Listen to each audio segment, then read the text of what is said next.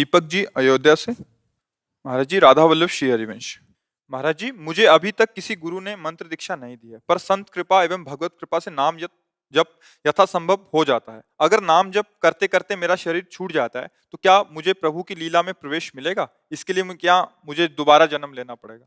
देखो, इसमें बात ये समझनी है कि कोई भी नाम जप रहे हो, किसी संत ने तो बोला ही है ना। आज तक कोई ऐसा भगवान का नाम नहीं है जो संतों के मुख से ना निकला हो। कहीं ना कहीं से सुना है ना, तो गुरु मंत्र हुआ ना, मान लो। भले राम राम जप रहे हैं तो तुलसीदास जी भी राम राम बोले, हनुमान जी भी राम राम बोले, बहुत से भक्त राम राम अब भी बोल रहे हैं, तो हम मान लेते हैं वही राम जो महापुरुषों के मुख से, वही मैं जप रहा हूँ। सब संत हमारे गुरु हैं। जो राम जापक है, नाम जापक है, वो सब हमारे गुरु हैं। भगवत प्राप्ति तुम्हारे चिंतन से होगी। भगवत प्राप्ति का स्वरूप समझते हो? जब बिना किसी प्रयास के भगवान दिमाग में छाए, मन में छाए, दूसरी कोई स्फुरना नहीं, तो कोई और भगवत प्राप्ति नहीं होनी। हो गया, आपके सामने ललित मूर्ति प्रभु अपनी दिव्य लीला प्रकाशित कर देंगे। हम लोग समझते हैं कोई भगवत प्राप्ति आती होगी, कुछ नहीं है। ऐसा कुछ नहीं कि ये वो जैसे नहीं कहते हाथ से तेज निकल कर उनके ऊपर पड़ रहा, वो मंडल पर, ये सब फोकस कैमरे के हाँ, भगवत प्राप्ति यहाँ का विषय, छाती का विषय।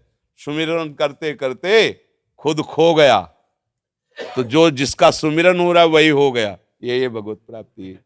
सुमिरन करते करते मैं सुमिरन कर रहा हूं, ये भी खो गया। अब बचा कौन जिसका सुमिरन हो रहा था? तो राम ही राम, श्याम ही श्याम। इधर देखे तो श्याम, बाहर देखे तो श्याम, इधर देखे तो राम, बाहर देखे तो राम। अब हो गया भगवत प्राप्ति।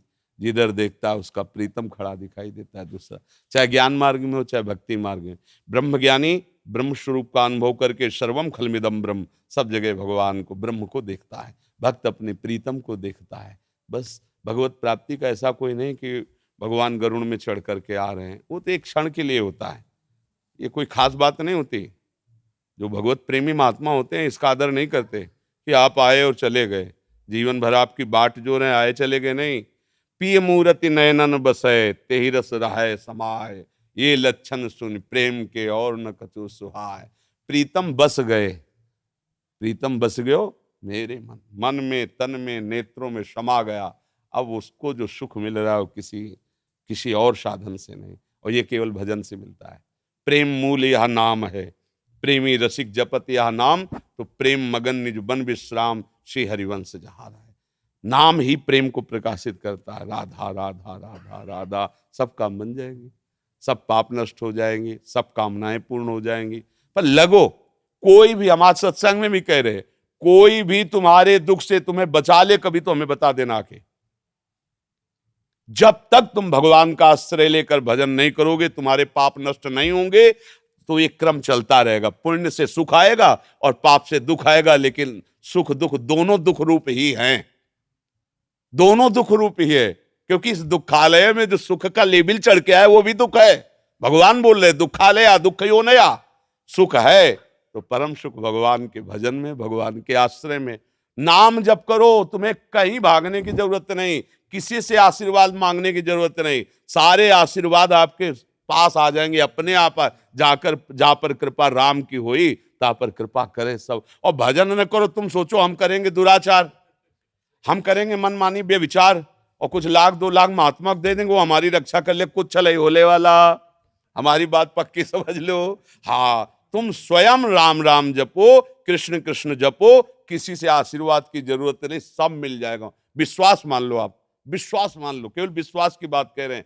नाम जैसा कोई मित्र नहीं, नाम जैसा कोई अंगरक्षक नहीं, नाम जैसा कोई हमारा सहायता करने वाला नहीं। और नाम नहीं है, आप ध्यान देना, द्रौपदी जी भक्त हैं, सभा में निर्वस्त्र की जा रही हैं, कोई नहीं बचा पा रहा, भगवान भी देख रहे। पर जब पुकारा हे कृष्ण द्वारिका, सब आश्रय छोड़कर यही नाथ प्रकट हो गए। यही बाजू में ही पटुका बनकर, धोती बनकर, एक भी क्षण ऐसे हटा नहीं पाया दुशासन। मेरे भगवान की भी इच्छा है कि तुम मुझे पुकारो, मुझे भजो, तभी तुम्हारा मंगल होगा। भगवान कह रहे हैं ना, मन मनाव हो मत भक्तो माद्यादि माम नमस्कुरु। ये सब बहुत चिड़चिड़ापन पैदा होता है कि लोग श्रद्धा करके संतों के पास जाते हैं, भाई आप पैसे लगाए, किराया और भाव करके आप आए, आप नहीं समझ रहे हो कि तुम्हारा कल्याण किससे होगा, तुम्हारा मंगल किससे होगा। सच्ची मानना, कोई किसी के कष्ट को निवारण कर सकता है तो फिर वो कभी कष्ट में पड़े ही ना। आप विचार करके देखो, जीवन हुआ है, कभी किसी को ऐसे दर्द दिया हो पता नहीं, पर भयानक दर्द है, दोनों किडनी खराब है, डायलिसिस होता है, क्या पूर्व में पाप है, जकड़ लिया है, आकर के अपना भोग भुगा रहा है। पर ये कृपा है कि इस जन्म का क्रियमाण प्रियाजू के चरणों में तो कुछ बिगाड़ नहीं पा रहा। राधा राधा राधा, जब चाहो बुला लो, जब चाहो रखो, जैसे चाहो वैसे रखो। तो अगर ये भ्रम हट जाए ना सब लोगों का कि हमारा कहीं छूछा जंतर मंतर से कुछ काम बन सकता है, तो आस्तिकता आ जाए, वास्तविक आपका कल्याण हो जाए। पर भागे घूम रहे हैं, तेरे दरवाजे आकर महात्मा तेरे को आशीर्वाद दे के जाएंगे, केवल तू नाम जप कर, गले पड़कर आशीर्वाद दे जाएंगे, कुछ लेंगे नहीं, गले पर तू ये ले ले बेटा, मेरा आशीर्वाद ले ले, देने आएंगे, केवल मैं तुम्हें कृत्य करने आया हूं, बस जा रहा हूं, मुझे कुछ नहीं चाहिए, मैं भगवान के द्वारा प्रेरित हूं, तुम भजन करते हो, जाओ तुम्हारा मंगल हो। अब यहां करो पापाचरण और सोचो कि सेव संतरा देने से, रुपया जमा करने से दुख निवृत्ति हो जाए, भूल जाला, कुछ नहीं, ये मायाधीश की माया है, कुछ नहीं। सच्चाई पर चलो, अच्छे आचरण करो, किसी को दुख मत दो, भगवान का नाम जप करो, बाल बांका भी नहीं कर सकता कोई, गृहस्थी में हो, पदाधिकारी हो, कोई भी हो, सब सुरक्षित रहोगे। अंगरक्षक सुरक्षित नहीं रख सकता, वो हर समय मतलब दिल फेल हो रहा है, रक्षा क्या करेगा, लेकिन नाम चल रहा है और वो रक्षा करना चाहता है तो धड़कन को कम नहीं होने देगा है हर का। अब कल डायलिसिस हुआ है, शाम को कुछ पाया नहीं, क्योंकि ऐसी स्थिति कमजोर हो जाती है, अभी कुछ खाने का, अब वो तो 9 साढ़े 9 बजे श्री जी का प्रसाद मिले, लेकिन दहाड़ रहे, किससे दहाड़ रहे, श्री जी के बल से दहाड़ रहे, नाम के बल से दहाड़ रहे। नहीं तो अभी अगर हम स्वीकार करें कि हम किडनी फेलियर डायलिसिस मैन, तो अभी लो हो जाएंगे, बिल्कुल लो नहीं, तुमसे ज्यादा पावर में बैठे हैं। तो भगवत आश्रय, ये सारा चमत्कार हमारे प्रभु ने इतने में किया, जानते हो, इतने में, निमिष मात्र में पूरी सृष्टि का रचना और पालन और श्रृंगार कर दे, उसका चमत्कार देखो। एक ही हाइलोजन लगा पूरे ब्रह्मांड को प्रकाशित कर रहा है, सूर्य नहीं प्रकाश, पृथ्वी पत्ते की तरह तैर रही है जल में, पत्ते की तरह डूब, ये चमत्कार देखो, जहां खोदो वहीं पानी, पर ये तैर रही है, स्थित है, सब लोग जीवन धारण किए हुए, कितना जल है, अगर अभी मर्यादा छोड़ दे तो 5 मिनट में पूरा ब्रह्मांड जल से डूब जाए, समुद्र मर्यादा छोड़ दे अभी सब हाहाकार मच जाए, वो कितना चमत्कार किए। हम सब माथा, आंख, नाक, मुंह सबके एक अलग अलग पहचाने जा रहे, ये चमत्कार नहीं दिखाई दे रहा है मेरे मालिक का कितना, मालिक के चमत्कार को देखो, बंदे में जो चमत्कार आता है मालिक से ही आता है, कहां भागे घूम रहे हो, मालिक में लगो, सीधे राधा राधा राधा, कृष्ण कृष्ण कृष्ण।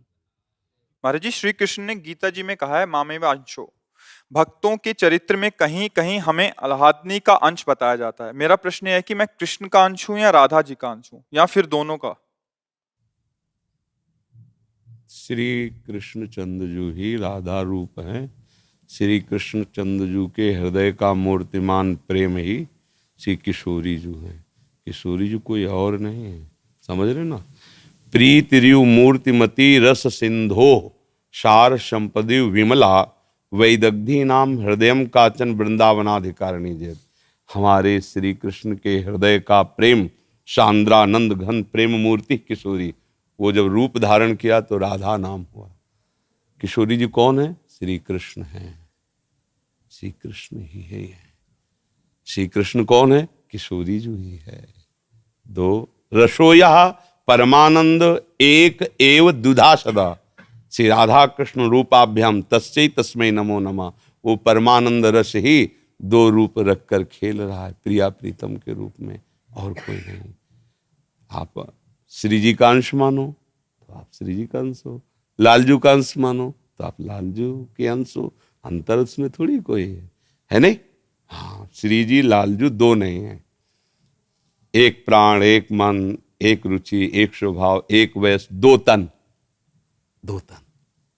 जब और विस्तार में विचार करो तो एक ही प्रभु अनंत रूपों में विराजमान है, मत्तः परतरम नान्यत किंचिदस्ति धनंजय, मेरे सिवा और कुछ है तो फिर संशय का कोई भी स्थान नहीं है। प्रभु ही सब रूपों में है। और हम अंश कहे जाते हैं जीव भाव के कारण। जीव भाव हुआ है देहाभिमान के कारण। जब भगवान के चरणारविंद में अपने चित्त को जोड़े तो ब्रह्मविद ब्रह्म ही भवति, जानत तुम्हें तुम्हें हो जाए, वो भी भगवत स्वरूप हो जाता है। जो संत भगवत चिंतन में तन्मय है वो कहा जाता है तो भगवान ही हैं, क्योंकि भगवान का चिंतन करते करते वो अपने स्वरूप में स्थित हो गया, भगवत स्वरूप हो गया।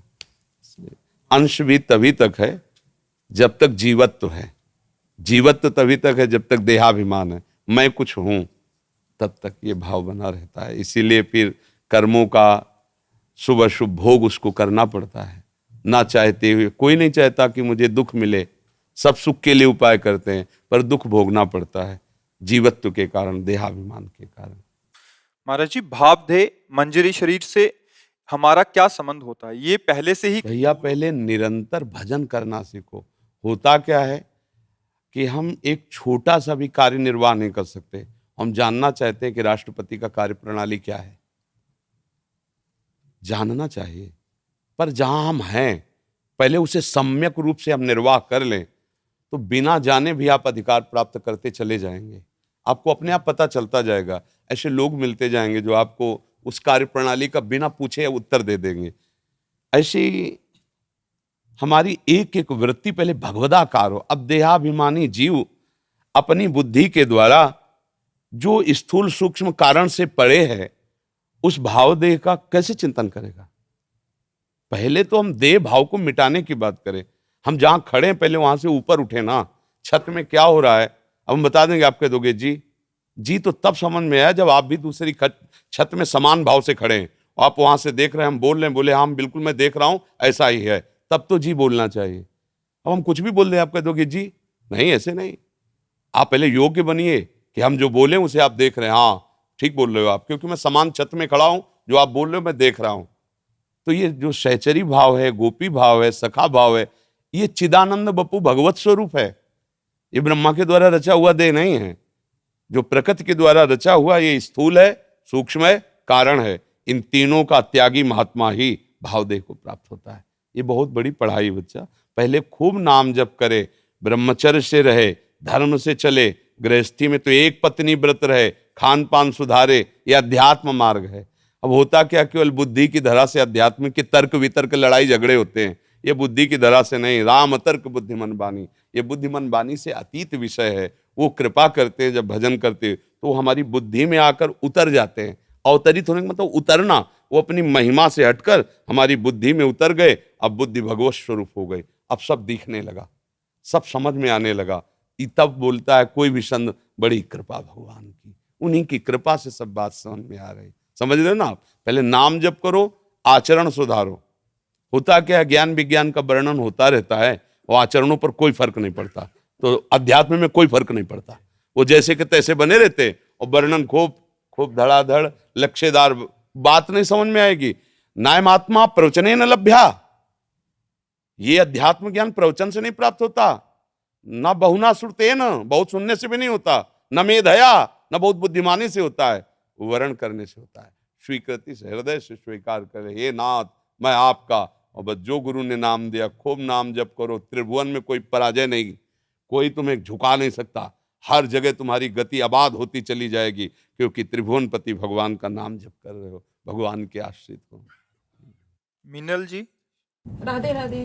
राधा वल्लभ श्री हरिवंश। गुरुदेव, आपके चरणों में कोटि कोटि नमन। महाराज जी, मैं विगत कई वर्षों से महादेव जी की आराधना कर रही हूँ और उन्हें ही अपना गुरु भी मानती हूँ, किंतु शास्त्रों में आता है कि गुरु दीक्षा भी लेना अनिवार्य है। तो क्या महाराज जी मुझे दीक्षा लेनी चाहिए? अब ये तो आप अपने हृदय में देखो। लग रहा है कि मैं पूर्ण हो चुके हैं तो जरूरत नहीं। लग रहा है कि जरूरत है कि कोई गाइड ऐसा मिले जो शिव स्वरूप हो और शिव तक हमें पहुंचा सके। गुरु का मतलब होता है ऐसी माँ जो हमारे सारे अपराधों को क्षमा करके हमारा हाथ पिता के हाथ में दे दे, ये तेरे पिता है। सदगुरु का मतलब होता है जीव का हाथ पकड़कर ईश के समर्पित कर देना। अब वो तो अपने हृदय की बात है ना। अगर आपको तृप्ति लग रही तो फिर जरूरत नहीं, क्योंकि शिव ही गुरु है, गुरु ही शिव है। अगर आपको लगता है कि प्रगट में चाहिए तो बना लीजिए, जहाँ आपका भाव जुड़े, जहाँ भगवान शंकर की कृपा का अनुभव लगे कि ये तो हमारे प्रभु ही हैं, वहाँ भाव ले लेना चाहिए। रामकेश शर्मा जी। महाराज जी कोटि कोटि प्रणाम। महाराज जी मैं पिछले 4-5 महीने से आप श्री को यूट्यूब के माध्यम से सुन रहा हूँ। महाराज जी मेरी राधा रानी में आस्था और भक्ति जगी है। आपको सुनते ही आंखों में अश्रु प्रवाह होने लगता है। महाराज जी मैं वर्तमान में हनुमान जी की भी पूजा करता हूँ, उनकी चालीसा, संकट मोचन का पाठ आदि भी करता हूँ और मंगलवार को व्रत भी करता हूँ। महाराज जी मेरा प्रश्न यह है कि मैं श्री जी के ही आश्रय में रहकर श्री जी की पूजा, नाम जप, सेवक वाणी, हित 84 जी का पाठ करूं या हनुमान जी की पूजा भी साथ साथ करूं? कृपया मार्गदर्शन करें। इसका है, हाँ, क्या है कि अभी पाणी ग्रहण संस्कार तो नहीं हुआ है ना। जब ब्याह हो जाता है तब फिर दूसरी फोटो देखना मना हो जाता है। ऐसे लड़की के सामने सैकड़ों फोटो आती हैं, वो सबको देखती है कि इन्हीं में कोई होगा, समझ रहे ना।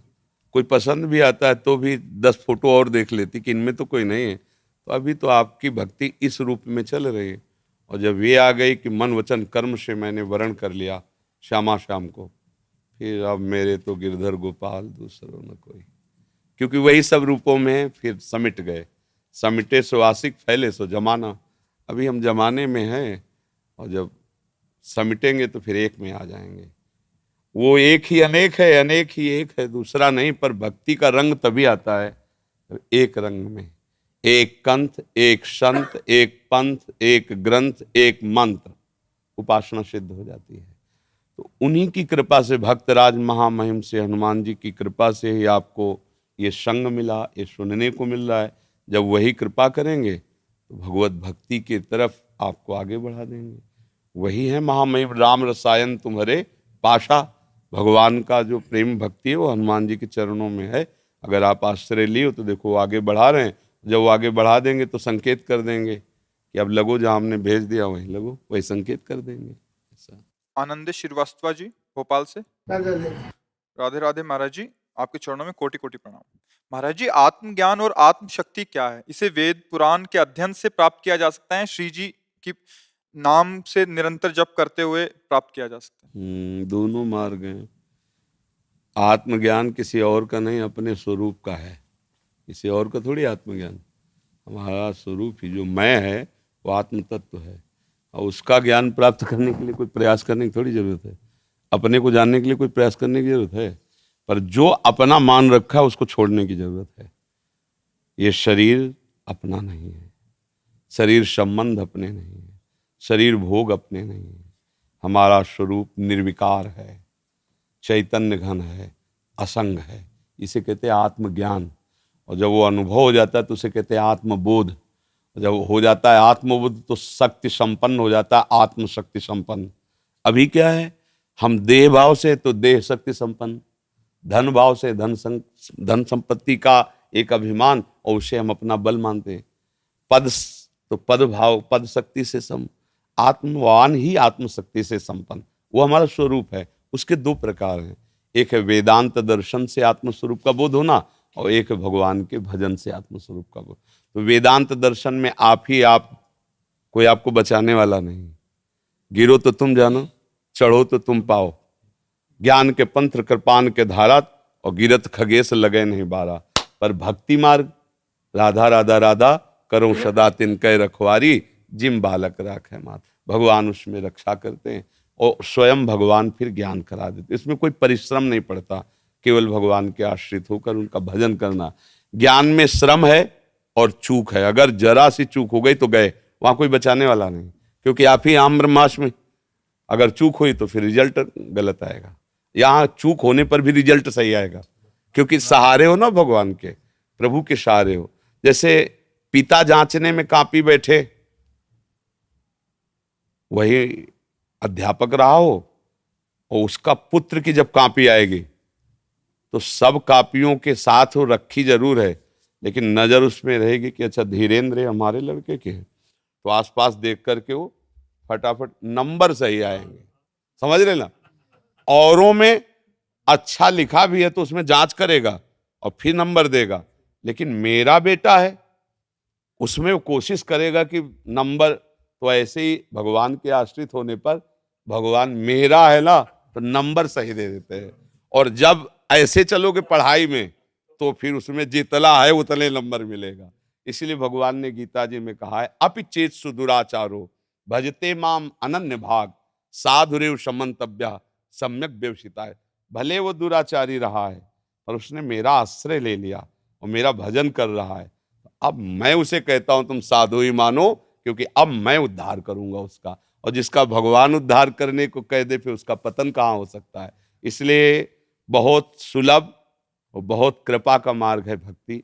भगवान का आश्रय ले ले, इससे स्वरूप बोध भी हो जाता है और भगवान का साक्षात्कार भी हो जाता है। जैसे एक एक कवल अन्न पाने पर क्षुधा निवृत्ति तुष्टि पुष्टि होती जाती है, ऐसे ही एक एक भजन करने पर एक एक क्षण भगवान का ज्ञान, स्वरूप का बोध और संसार का ये जो रहस्य है प्रकाशित हो जाता है। विशुद्ध भक्ति, विशुद्ध ज्ञान, विशुद्ध वैराग्य, ये सब प्राप्त हो जाता है। खूब भजन करे और जानने की कोशिश न करे, वो जना देंगे। सोई जाने देव, वो जना देंगे। तुम तो बस राधा राधा बोलो, खूब भजन करो, भगवद आश्रित रहो। मोहिनी जी दिल्ली से। राधे राधे। श्री हरिवंश बाबा जी, महाराज जी हम इतना जाप तो नहीं कर पाते जितना बाकी लोग करते हैं और ना ही ध्यान लगा पाते हैं, तो क्या हमें भगवान नहीं मिलेंगे या श्री जी हमें फल नहीं देंगी? अगर ये बात समझ लो जो अभी बताया तो प्रश्न का उत्तर मिल चुका है। आप पढ़ नहीं पा रहे हो लेकिन अध्यापक के बच्चे हो तो आपके आगे क्लास में जाने में कोई संशय नहीं है। तो आप देख लो कि आप श्री जी की हो अंदर से। बच्चापन का मतलब क्या होता है? बस आपके सिवा मेरा कोई नहीं प्रभु। तो थोड़ी बारी चूक भी वहाँ चूक नहीं मानी जाती, आगे बढ़ा दिया जाता है। यदि आपके अंदर ये विश्वास है कि मैं लाडली जू की हूँ, मैं प्रिया जू की हूँ, मेरे जीवन धन प्रिया जो जैसा चाहेंगी वैसा होंगी, तो आगे चलकर फिर ये बात भी खत्म हो जाएगी कि मैं भजन नहीं कर पाती, क्योंकि जिससे प्यार होता है उसी का निरंतर स्मरण आता है। प्रियाजू से जब अपनापन होगा, शरणागति हो, तो फिर भजन हम किसका करेंगे? वो अपने आप याद आएंगी, राधा राधा राधा राधा। अब ये आपको देखना है आपके हृदय की गति क्या है, साधन पक्ष पे है या आश्रय पक्ष पे है। अगर नहीं, आश्रय नहीं, तो जो करोगे वही मिलेगा। भजन करोगे उसका फल मिलेगा, बुरा कर्म करोगे उसका फल मिलेगा। आश्रय में हो, अब निर्णय में अंतर हो गया। अगर बुरा हो भी गया तो जहां 100 थप्पड़ पड़ने थे वहां ऐसे छोटी चपट लगा के निकाल देंगे। तो मारा ना, हमने प्रमाण भी देंगे कि मारा ना उसको। आप नहीं कह सकते कि पक्षपात लिया है। बहुत ऊंचा लंबा हाथ करके ऐसे चट से हल्ला जोर से मचाएंगे, मतलब पीट रहा है, जैसे अपने लोगों को पीट रहे हैं। किडनी खराब, पाप कर्म कोई होंगे पूर्व के, पीट रहे हैं। लेकिन कैसे पीट रहे हैं? दूर से हाथ उठा के एकदम पोले ऐसे मार रहे हैं। अब जिसकी किडनी फेल हो, डायलिसिस हो रहा हो, उसकी हालत क्या होगी?